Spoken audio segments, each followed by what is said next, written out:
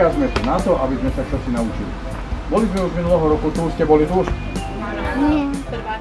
No, ale aj tak si ich musíme zopakovať. Takže, tak to bolo aj minulého roku, budeme rozdelení na dve skupiny. Túto dopravnú značku. Pečko, čo to bude znamenať? Parkovisko. Chcem odbočiť doprava. V ktorom z týchto jazdných kruhov budeme? Úplne napravo.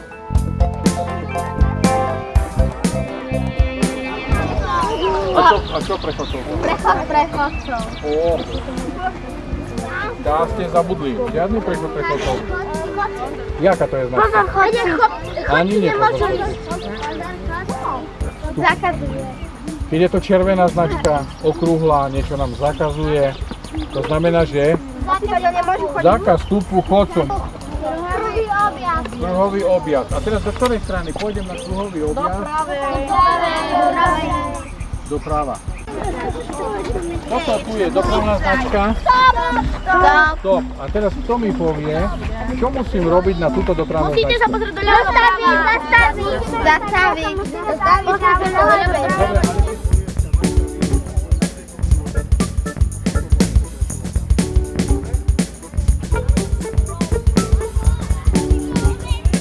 Dobre, kde môžem odbočiť?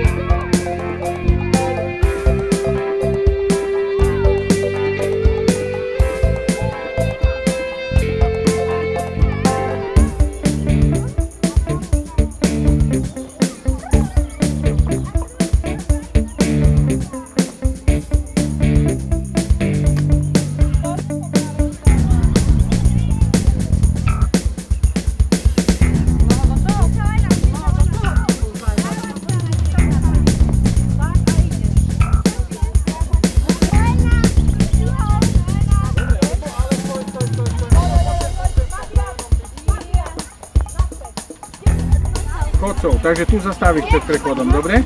Tu stoj. Stoj, stop, pokračujeme ďalej.